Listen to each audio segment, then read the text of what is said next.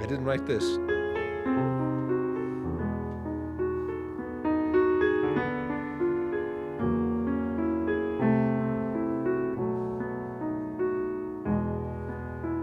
So I had to play classical because this is actually Glenn Gould's piano. It's very cool. It is beautiful. I didn't know you play classical music. I did. So the Mad About You theme song, all you kids have to know is try to play a C chord and then play the wrong note. Instead of this, just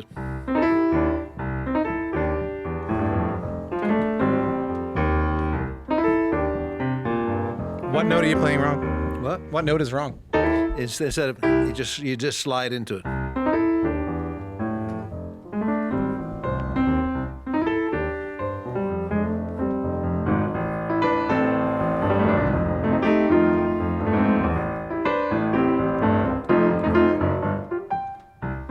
And then there you go. That's it. That's it. When did you record that first? That was recorded in September of '92. And here's the crazy story behind the theme song. I've never sat at a piano and had an interview. How do you find it? How do I find it? Yeah. It's a little disconcerting because I don't really speak and I don't really play. A little of both. So here's what happened with the theme song of Mad About You. About 2 weeks before it was to premiere in 1992, Helen Hunt and I were flying to New York to do publicity. And we had a kind of a bad version of somebody wrote a theme song that I didn't love. And in the airport, we met Don Was. And Helen kind of knew Don, and so she introduced us. This is, I should point out for people, Don Was. legendary music producer. Don, legendary, produces the Stones now, but he's produced Bonnie Raitt's big album, and broke her into becoming Bonnie Raitt. So we were just chatting, and he is the coolest cat in the world. And I said, yeah, well, I don't really love the theme song. He goes, well, we should write one. I said, well, I don't know. He goes, yeah, man, let's you and me write one. I said, well, we'd have to really do it tonight. And he said, well, let's do it tonight. I went, okay. And so like 11 o'clock at night in New York, and I go into a studio. I meet him at the studio where he's finishing a session with Felix Cavallari of the Rascals. I'm going, okay, this is the coolest thing I've ever seen.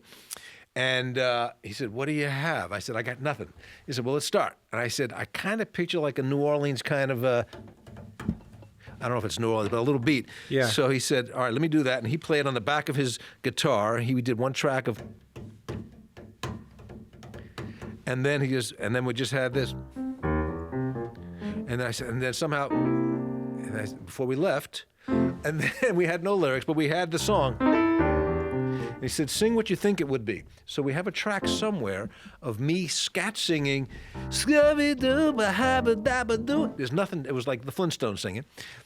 And so this actually comes full circle. So he said, well, who would you think would ideally sing it? I said, well, like Lyle Lovett would be the guy. And he sent it to Lyle Lovett, the cassette of me playing and Don playing and me singing baloney words. Singing scat. Singing scat. And I went, that shouldn't be that. Lyle Lovett's in a hotel somewhere on the road listening to me singing badly. And Lyle apparently said something to the effect of, yeah, no, thank you. Cut to 30 years later, or whatever it is, almost 30 years later, 28 years later, when we did this revisit of Mad About You, I've since become friends with Lyle because he did our show as an actor. I said, second chance, would you like to sing? He goes, please, yes, I'd love to. So we have Lyle Lovett singing the theme song. It finally happened. And we did it as a duet with a fantastic singer named Keisha Lewis, who is also an actress on the new Mad About You. And she's a huge Broadway star and an unbelievable voice. And the two of them together sound so good. So I'm very happy that happened. But isn't it interesting that it all came full circle? See, it all comes back to Lyle Lovett. I'm interested in you here. Sure. Because you were telling me before. I'm going to give you like a little tinkle underneath. So I feel like Tom Snyder. This is great. My guest today is Paul Reiser. But I feel that you and I were talking before about how you studied piano in university or college, because you were playing Bach. And then I know your books, like I know Couplehood and Babyhood and Fatherhood. I know your movie work. I know you as a stand-up. And I know you, of course, as an actor. What's behind wanting to do all of those things? Nothing. There's nothing behind it. It's all in the front. You know, well, the music, I just was kind of took the piano naturally as a kid, and then my parents had me have lessons, and then when I got older, when I was like, I'm going to college, I really got into it. So when I was in college, I was a piano major and a classical piano and composition major. But I never did anything. I never wanted to do anything with it professionally. The plan was never to become a great concert pianist? To be a classical performer, unless you're the top 5 in the world, that's not a good life. I don't know if that's true, but it wasn't. But I wasn't that level by any stretch. But then what happened? The only thing I did, the first thing I ever did really was the "Mad About You" theme song, which was really fun. And Don was. We did this thing in New York. And then when we flew back to LA, I wrote lyrics on the plane. Yeah. And he said, "Meet me tomorrow." And in the session, he brought in like Jim Keltner on drums, one of the greatest studio drummer of all time. Of all times, Bonnie Raitt's band, and he had Lyle's backup singers, and these great, and Andrew Gould, who I was a huge fan of, was the singer. Guns. Who Andrew Gould did "Thank You for Being a Friend" and "Lonely Boy." So hold on, were you doing stand-up while you were studying composition and classical music? You know what? In the summers, while I was in college, my freshman year of college, I went to the comedy clubs and I auditioned once, and I thought, and I went back to school sophomore year, and they said, "What'd you do this summer?" And I said, "I was a comedian for 5 minutes on audition night." But I loved having said that. I loved that. That sounds right. So that's what I kind of wanted to be, and I didn't really ever think that I was going to do anything musically. And then the only other thing I really did about 10 years ago, is a wonderful singer-songwriter named Julia Fortum, who I heard on the radio and was enamored with her voice and her writing. And then we became friends. And I bumped into her a few years ago and I hadn't seen her in a while, and said, "What are you doing?" I said, "Well, I'm playing with these little songs." And she said, "Well, why don't we write together?" And so we wrote a song, and then we wrote 2, and then it became an album. So there's an album out there called Unusual Suspects. Julia Fordham, I play, she sings, and there's a beautiful arrangement, and it's a nice album that sold over 47 copies. Wow, it went 10. Domestic. That's just domestic. Pretty good. Went aluminum. Paul, I really loved watching the new Mad About You. It reminded me of, when I was a kid, my mom used to watch Mad About You, and I'd watch it with her on TV. And when I turned it on, all the feelings that I thought were going to come back came back, which is like a comfort, like a comforting feeling. Nice. And then also, it was nice to just feel like that life had moved on for you and Helen, like for the characters. Yeah. And that I was catching up. Why bring it back? What inspired that? Well, there was never any intention to bring it back. It was really locked and filed away, and we were always very pleased with how we ended it. 7 years was plenty, and it was great. We loved it, but we knew our 7th year going in that we were going to end it. So we ended it as we hoped. We did every episode we wanted, every storyline, and we were very clear we would never come up to the point that. In our finale, 20 years ago, we even jumped ahead to the future to show what happened so that we couldn't ever have to come back. It's already been answered. But what happened was in the last couple of years, when everybody was doing these reboots, it came up and everybody was saying, "Hey, Bob, what about you guys?" And so we jokingly said, "Well, that would be silly, wouldn't it?" And then we kind of looked at each other and said, "It'd kind of be fun, So that was the first piece, was it would be fun to play together, because we really had a great, wonderful, just relationship together, acting together. And then we thought, but why? It was the question. Like I didn't want to do a nostalgia thing and didn't want to go back and say, let's pretend it's 1994 and let's pretend we're newlyweds. But because of the nature of the show, it actually made sense to say, well, where would this couple be now? Let's jump in as if we just, we walked away for 18, 20 years and come back. And we realized that story-wise, our child would be leaving. And this is the next chapter of our lives. And for a show about a couple, it's a really interesting moment, because when the child leaves, you have to rediscover each other because you've been focused on the child. And so suddenly it's like, oh, who are you? And what do we talk about when we're not telling the kid to put on his jacket? Did it also make you think about how you've changed since then? Yeah, for sure. Yeah, but we didn't really even have to do that because that was all organic. But I just mean for you, like how you've changed. Yeah. Yeah, because the last 20 years, my biggest gig was being a father, and that was the center of my life. So to bring that into the show, so now it's just not about just a couple. It's about a couple who's raised children. So it was a fun outlet for me to be able to bring all that parenting and that fathering stuff and all the good and the bad and the frustrating and the funny into that and to have a child. It was an interesting thing. Let's go cast somebody who's our daughter that we've never met. And like, well, who would that be? Who would be the daughter of me and her? And we found this wonderful, delightful actress named Abby Quinn, who's great. And we threw her into the deep end of the pool. It's like, all right, we've been doing this for 7 years. Jump in with us. And she was great. She does. Can you put on those headphones to your left for a second? Because I want to play a clip from the show that I thought was really beautiful and kind of bittersweet. So this is Paul and Jamie on Mad About You. Should I play piano? I'll make it. No, go ahead. You can play piano. Okay, we'll score it. Go ahead. Just to take a listen to this. Sweetie, there's no way around it. That's too much. Great part of our lives, Yeah. The little girl that climbed into bed with us and we'd read stories and carry her into bed. Yeah, that kid is gone. She's the love of my life. I know. That's a clip from the new Mad About You Yeah. reboot starring Helen Hunt and my guest Paul Reiser. Paul, that I know got to me. I know, yeah. Well, it's funny. That was a line from the beginning that Helen brought in, and she said that she had heard that line. She said, "I just want that. We need to get to that point," and it's an interesting thing because, like, you both know that your child is the love of your life, and yet by saying that, you're going, "They're more important to me than you," which you never say out loud, but it's kind of true, and. It's kind of as it should be, right? It's like you make a child and then that's your responsibility forever. So it's a very, it was uncharted territory and it was stuff that we couldn't have done when we have a baby. You just don't know that. But when you spend 18 off-camera years raising a child, your relationship has changed. It's the most complex and beautiful thing there is. The joy and the pain of raising a child and then letting them go. Yeah. And I have two boys, and my youngest son went away to college last year. Music? No, probably cinema or writing, something like that, in that world. And he's funnier and smarter than me.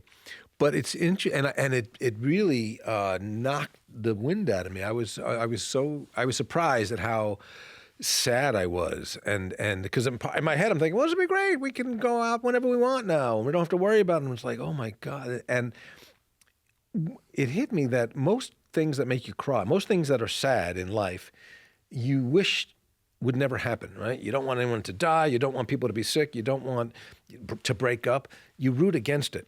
But your child leaving, you kind of have to root for. It's like, yeah, I don't want you to stay a child. You must continue on your journey, and it's a new feeling. Like, I'm really sad about this, but Yeah. I have to push it. How are you doing with it? Not so good. It's hard. It's hard for a kid too, and it suddenly brought back.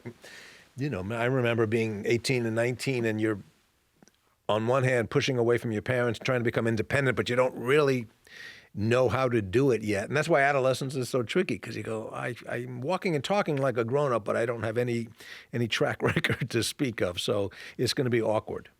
If you're just tuning in, my guest is Paul Reiser. It's gotten very serious. It's a very, like a therapy session. I like it, man. I like talking to you. This is fun. And you can make it lighter by playing light music while I say, for such a sad conversation we're having here about death and loss and the loss of a child. I want to talk to you. The loss of a child is nothing to laugh about, because it's very, very sad. Can we talk about the Kaminski Method? The Kaminski Method. You were in the Kaminski Method. It was really beautiful. The show, for people who don't know, stars Michael Douglas and Alan Arkin. Both very old. Yeah, both old dudes. And I'm the youngest person there. Martin Schneider. That's apparently my name. What can you tell me about him? This is the Martin Schneider theme song. It kind of is. It is. the Kaminski Method was kind of a funny thing. I've learned that whatever plan you make in life, certainly in show business, rarely works out like you plan, and then something else will come that will surprise you and end up being the thing that matters. Almost everything that's been of import or impact in my career was entirely an accident. And Kaminski Method, I saw the first season and I thought it was great. And Chuck Lorre, who created it, it's an old buddy of mine. We used to work together years ago, and I just called him to tell him how great it was. And I half jokingly said, why don't you and I do something like that? Come on, two guys sitting in a car, I could do that all day. And he said, you want to be on this one? I went, okay, yes, please. And because he had this character in mind for Michael Douglas's, to be a friend of Michael's that was dating Michael's daughter. Yeah, Michael's like an acting teacher. Michael's an acting teacher, and he has a daughter played by a very funny actress, Sarah Baker. And he thought it'd be funny, a fun thing for his, this is a guy, and Michael's character has been dating younger women, continually for the last, several decades, married, divorced, and dating younger women. And he thought it would be funny if his daughter is now marrying an old guy, and he has, the shoes on the other foot. So I'm the old guy. With one of those bald ponytails. Yes. So when I said, I'd love to do it, it sounds great. And then Chuck Lorre said, before you sign on, just know this: we want to age you up. We're going to give you padding and make you heavier, and give you a bald and make you bald. So I said, well, that sounds funny, but make sure it's good, because if you've seen bad aging and bad balding on TV, it looks like, the high school production of Death of a Salesman. Yeah, it's like white powder, but it's a 12-year-old. I get so.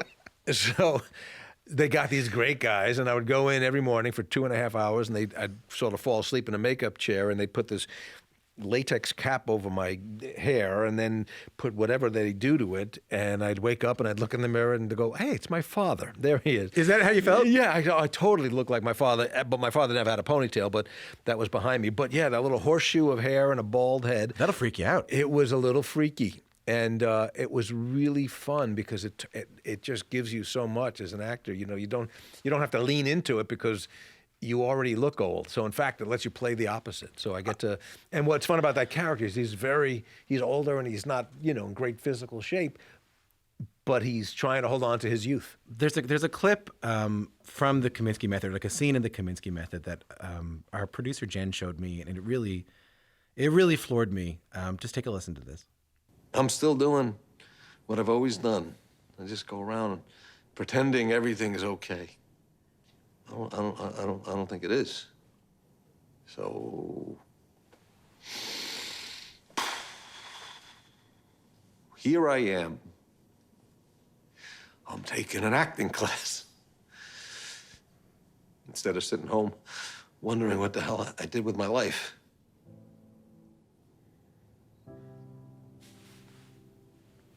Because I don't know. It's Paul Reiser in a scene in the Kaminski Method. And that was actual music score that was in the show, but it's like, ooh. It could have been you. Yeah. That is so powerful. It's this guy, he just had a heart attack. Mm-hmm. He's, nothing in his, the thing that there's a scene before that where he says, I had a heart attack and nothing changed. It's just him being vulnerable in front of a bunch of strangers. It's quite a scene, Paul. It's a fun scene. How did you feel doing that? Chuck wrote this beautiful monologue, and he said, just don't be afraid to, take your time and go wherever it takes. So some of it, was ad-libbed, but it was mostly written. But, there's something, I've been in acting classes, it's been a while, but there's something very therapeutic and communal and opening and vulnerable about being in an acting class. And so sort of in that set where we're in his acting class, and Michael Douglas, who is the veteran, and he really does, just seeing him stare at me like it felt like an acting class, and all these young kids, these other actors looking at me. And it was just sort of a sense memory of like, oh, I remember this so well. And yeah, you have to, you can't take a shortcut, and you can't shortchange the people, and you have, it's your job it's your responsibility to open up and be honest. And so the fact that it was, it wasn't in a restaurant, it wasn't in a car, it was actually in an acting class, standing in a place that my character has never been and very uncomfortable, and opening up, and it just, it was very moving to do. I don't think I'd ever seen you act like that before. I don't know if I ever had a scene like that. And it was also very rich, just like a guy, and like he's dating this woman, and it's a very odd, you wouldn't have predicted relationship, these two, and there's this budding friendship with Michael's character, and what I love about the show, and the reason I called Chuck to congratulate him in the first place, I thought he did such a beautiful job of creating this very funny, very tender, very honest show. Chuck Lorre writes, he created 2.5 Men and Big Bang Theory and Mom, and he's the most successful guy there is. He's doing okay. He's doing all right.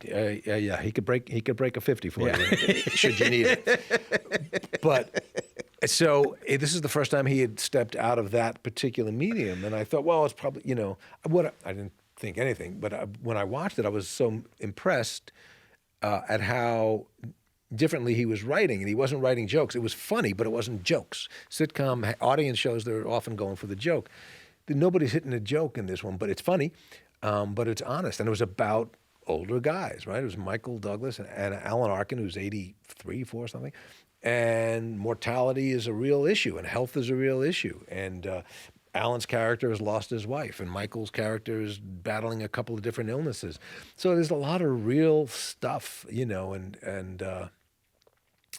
it's a really and it's right up my alley as a viewer. I mean, the stuff that I like, and as an actor that I'm drawn to, is the stuff that's equal parts funny and tender, and you don't label it as such. It's like life, like you could something sad and you could crack up at a funeral, and you could cry at a party. You can go either direction, and that's what the show does really beautifully. How did you find the Stranger Things experience? Because you're on this Netflix show, Stranger Things, which is this amazing sci-fi show. And for people who don't know, before Mad About You have this background in science fiction. You were in Aliens, and there's no more list. That was it. Aliens. He was in Aliens, and that's it. That's about it. That's it. An extensive background in science fiction. But you had a little ellipsis after that, as if there was more coming. But there's nothing more coming. I was hoping something would jog. I was hoping someone would jog my memory. I think the Blob. No, that wasn't you. It's a funny show because I think about the children who were in it, and I shouldn't be calling them children because they're kids. They're teenagers. Yeah. It's in so many ways like about nostalgia for the 80s.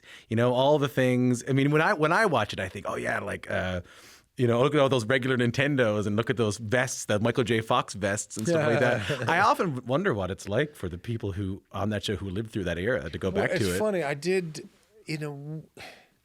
when writers write from their own lives, that obviously brings so much more to it.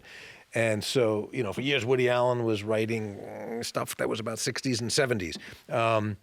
These guys, the Duffer Brothers, were writing their well, actually not, because they were born in the 80s. So it wasn't they weren't teenagers in the 80s. But is it a trip for you to go back there? Not really. No, I mean, I think the biggest takeaway, to me, the biggest takeaway in the vibe is the science, the sci-fi-ness of it. It's not about the period thing. That show would frankly work just as well if it was set today. Did they know you from Aliens? Is that well? It's funny you say that, because when they asked to meet me, and they had this role in mind, and they had me in mind for this role when they wrote it. They told me, and they said it was written, and we called him Dr. Reiser, and then we said we should probably call Reiser and call him up. And I said, okay, having read the script and seeing the show, I hadn't read the script, but I had seen the first season. And I said, so I assume it's sort of you guys only. I was surprised that they knew me. And I said, you're 12. They were like barely 30 maybe. And they said, I said, from Aliens, I assume. And they went, well, yeah, but really our father made us watch Diner when we were kids. I said, well, that's a hip father. Diner? So, yeah. So not a sci-fi movie. No. But the fact that, so I thought, well, that's a wide breadth from Diner. And they even put in a little reference, a little Easter egg for Diner. They put in season 2. And they said, they were so proud of it. They said, did you see the little Diner joke? I went, no. They go, you didn't get it? And I said, oh, guys, that's so subtle. I don't get it. And then it turns out people in the audience got it. So don't listen to me. I think about you a lot? Quite every day. Thank you. Since the first show went off the air. I think about you in this way that when Mad About You first came out, It was back in a time when I would try to get home at 8 o'clock to watch Mad About You, or I would try to get home at 9 to watch Seinfeld, or, these were what they call appointment television. Yes. And now with this new show, There's which I streamed, Stranger Things, which I streamed. Yeah. There is no appointment. There's no appointment. It's up to you. What's that like for you as someone who's had their sort of career being in both worlds, often in the same role? It's very different. I mean, it doesn't change what you do. The creation, the writing, it stays the same.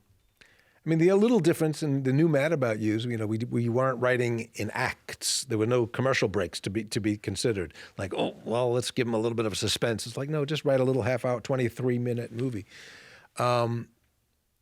There definitely is a difference, and there's such an abundance of content that it's hard. People are sort of drowning. Like, oh, I heard that was good. Oh, I got to watch Fleabag. Oh, I got to watch The Crown. It's like the good. So that's not a bad problem to have. We have much more serious problems to deal with. But the good news of that is that there's no rush. The stuff is up. I'll watch it. It'll be there. I'll get to it.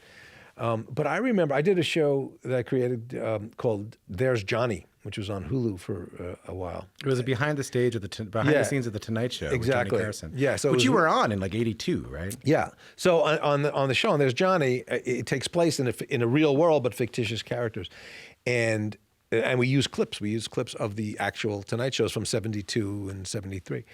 So in writing it, we were going through the archives, and we had full, like a kid in a candy shop. So I would go and pull up my favorites and let ourselves, well, let's go look at George Carlin. Let's look up Robert Klein, David Brenner, Rodney Dangerfield, Steve Martin. And I'm watching these clips, and I remembered them. I said, I totally remember that shirt that George Carlin wore. I remember that bit.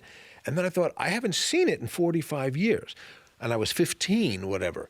But I remember it because I was drawn to it. I was a kid who stayed up to watch, when George Carlin was on and when Steve Martin was on or Albert Brooks. But it dawned on me that back then, you didn't even have video recorders. So you couldn't, if you wanted to watch something, you have to watch it. You have to stay up. So you have to make a commitment. And so when they call appointment television, well, it was all appointment television. That was your only option. Yeah. And you remember it because it's like, oh, and maybe next year it'll be on a rerun, but you don't know. Yeah. So it is digested in a much more effective and deeper way. And by definition, it will stay with you. Whereas now, nothing is quite that important because you can watch it again later. You can fall asleep. You can watch it tomorrow. You can, and I remember, and it struck me that there was something of value that we've lost. I mean, not that we want to go back. We're in a great time in terms of creative content and consuming content, but there was something special about. I mean, I don't know, you're too young to even know this, but like there was a time where, like when Wizard of Oz was on TV like once a year, and that became a special thing. Jesus Christ Superstar on Easter. They'd play Jesus Christ Superstar at Easter, and I was so excited to get to see it. And you go, oh, it's on. It's like, well, then video came out like, oh, I could watch anything whenever I want. Yeah. So it changes things. It's easier, but not necessarily better. They're gonna kill me because I know you got to go. But can you tell me what it was like to be on Johnny Carson? What it was like to be on John. Can you play? Yeah, but I got to pay for it. I got to pay for it. I don't know. That's good.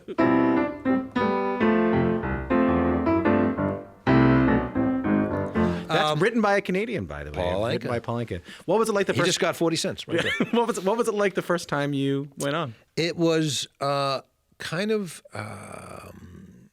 It's magical because when you're a comedian, when you're young, or when we started, when my group of comics started, the end line, the goal was get on the Tonight Show with Johnny Carson and hopefully do really well. And beyond that, it was just a big cloud. I don't know what happened after that, but that was the end of the rainbow. So that was always the goal. And you just had to work and work and work and hopefully get on and get good enough to be invited on. So when you got there, it was as validating as you had hoped and as exciting as it was. And I was really nervous. I've watched it, cringingly, I'll watch it. The first time I was on, it was 1982. That's almost 40 years ago. And I was so afraid of going too fast that I slowed down almost like a snail. It was like, oh my God, that's the slowest speech I've ever done. But what I remember, as exciting as it was, and I knew this was the validation that my parents could understand, like, no kid says, yeah, I hope my kid becomes a comedian and works for no money and stays up late at night and drinks. And that's my dream for my child. But being on Carson was the ultimate validation that they go, wow, you just broke into the real world. Well, we understand that currency. Johnny liked you. That's cool. That's real. But what I do remember is I had envisioned it so many times, and I had that image in my head that when I got there, it felt correct. It's like, yeah, that's right. And there's Johnny, and there's Ed, and there's the audience. Dave Letterman said it was like seeing George Washington on the $1 bill and then stepping onto the $1 bill. Yes. Yeah. Yeah. And what was that joke you told about your dad? I'm trying to remember. Your dad turning down the heat? Oh yeah, that's his hobby now.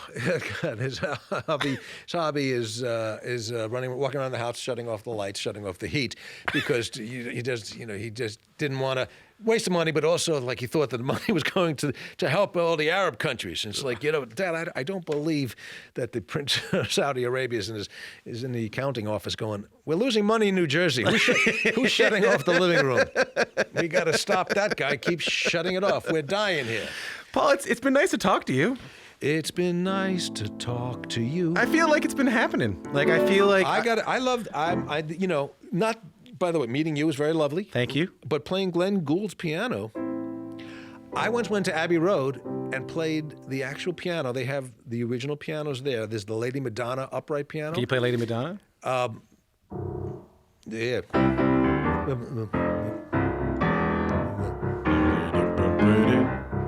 But there's a Lady Madonna piano, then there's a Let It Be piano, and I kept thinking, if I find the right key, I will press the same keys that Paul McCartney played. And we went into the Abbey Road bathroom. It's like, pretty sure each of the Beatles peed right here. So we got to come up with do you have your own theme song? Yeah, it's an A minor, and then it goes to D minor. It sounds like a really upbeat thing. It's between those two things, A minor 7, D minor 7. It's more of like a funky 70s kind of thing. Okay, well, does it have words? No. It's the Tom Show. Hey, this was great fun. When we were off, I'm going to play piano and stay here. Well, before we go, can you just play a little bit while we play a little something? Okay, here you go. Because it's Glenn Gould's piano, and he was the Bach genius of all time.